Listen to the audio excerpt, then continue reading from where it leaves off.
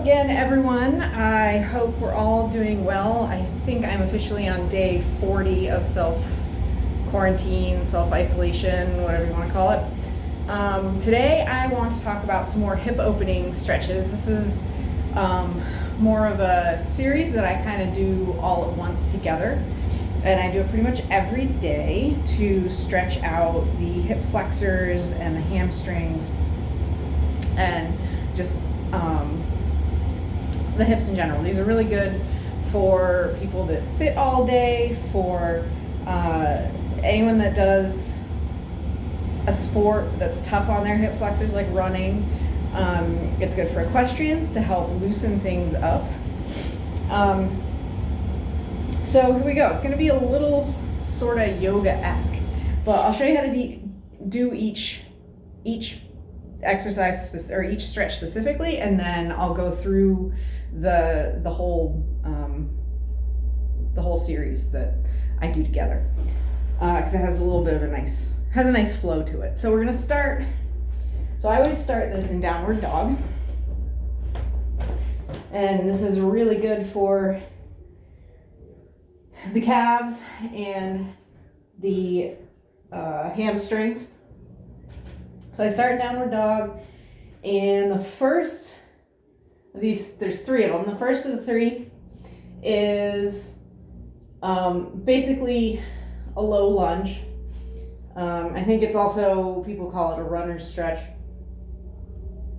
So foot in between your hands.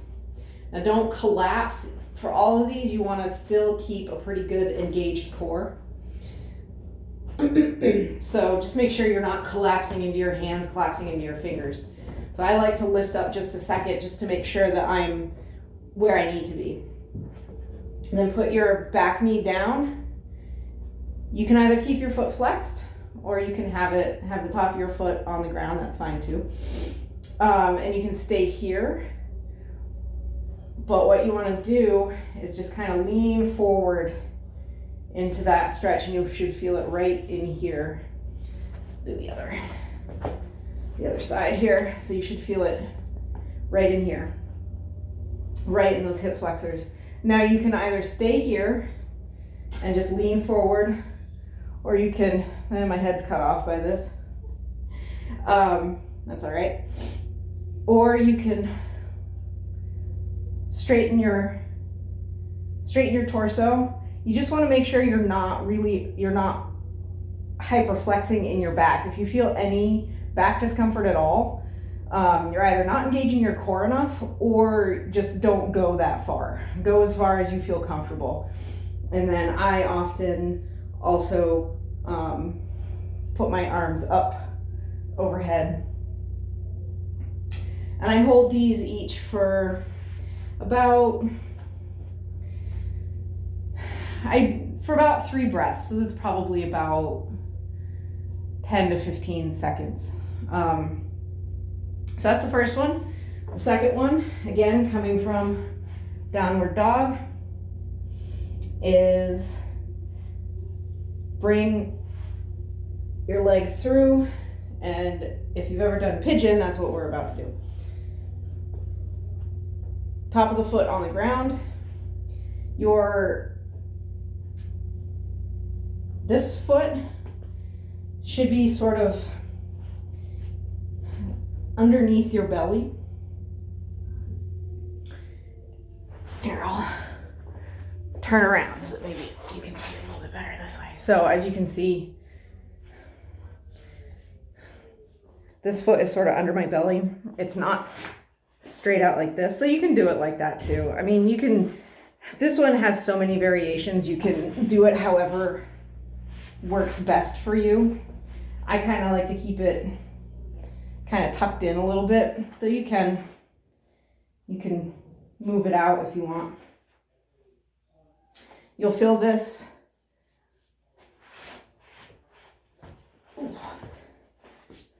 right in your glute here, and in the other leg you'll feel it again in the hip flexor. Now you can stay like this. You can bend down. And then if you want a little bit of a deeper stretch in the back, in that back leg quad, you can lift that leg and grab onto your toes, onto your foot.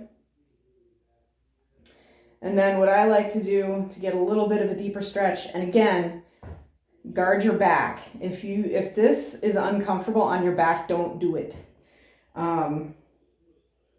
It's not worth it. just sink down into it a little bit more. Doing this is not going to help you if your back is hurting. So you can do that, and then the last variation of this that I like to do, just as a little bit of a balance thing, and to get a little bit of a deeper stretch through here, is bring that other hand up off the floor. So that's the second one, and now the third, I'm gonna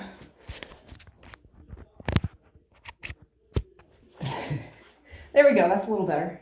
So the third, we're good here. The third is, again, starting here, all three of them are going to start here. And you're going to bring your foot forward, and instead of going between your arms, you're going to go on the outside of your hands. And you'll feel this, you should feel this through your hamstring, and again, in your hip flexor. So you can either stay here. The other option is to come down onto your elbows for a much deeper stretch. So those are the three stretches. Now I'll show you how I do those in succession. So we're going to start, as always, downward dog. And how I start this is I sort of, to make sure my core is engaged, is I come forward, put my knee on my elbow, and then lift up into like a three-legged dog and twist, kind of stacking the hips one on top of the other. And that just kind of gets, the fluid moving around in there. Come through.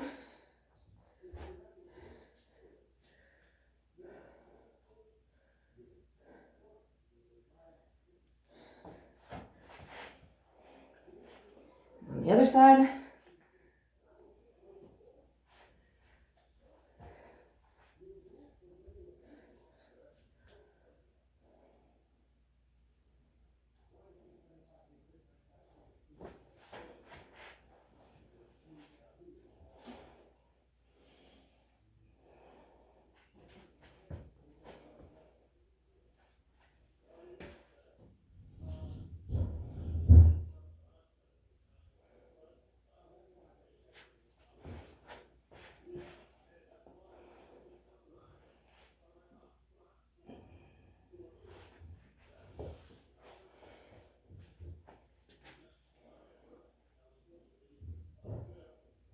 Again, don't force these postures if they're not good for you. Don't try to do it just to do it. If it's uncomfortable, if there's any discomfort in your back, don't do the full, hardest version of these.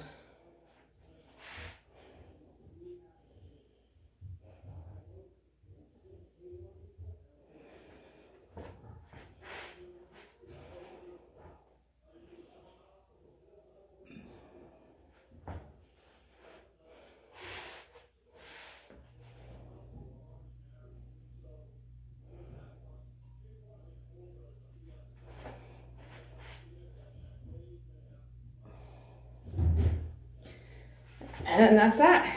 I usually do those are usually the last things I do after I do my entire workout and I do the rest of my stretches. I do those last, so that I know I'm already a little bit stretched out and already warmed up. So, and those just kind of light a little bit more of a fire to end with, I guess you could call it.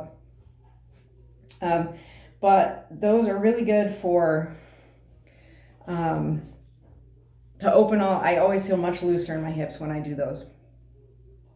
And it, if you're sitting all day long, it's that's terrible on your hip flexors, on your spine.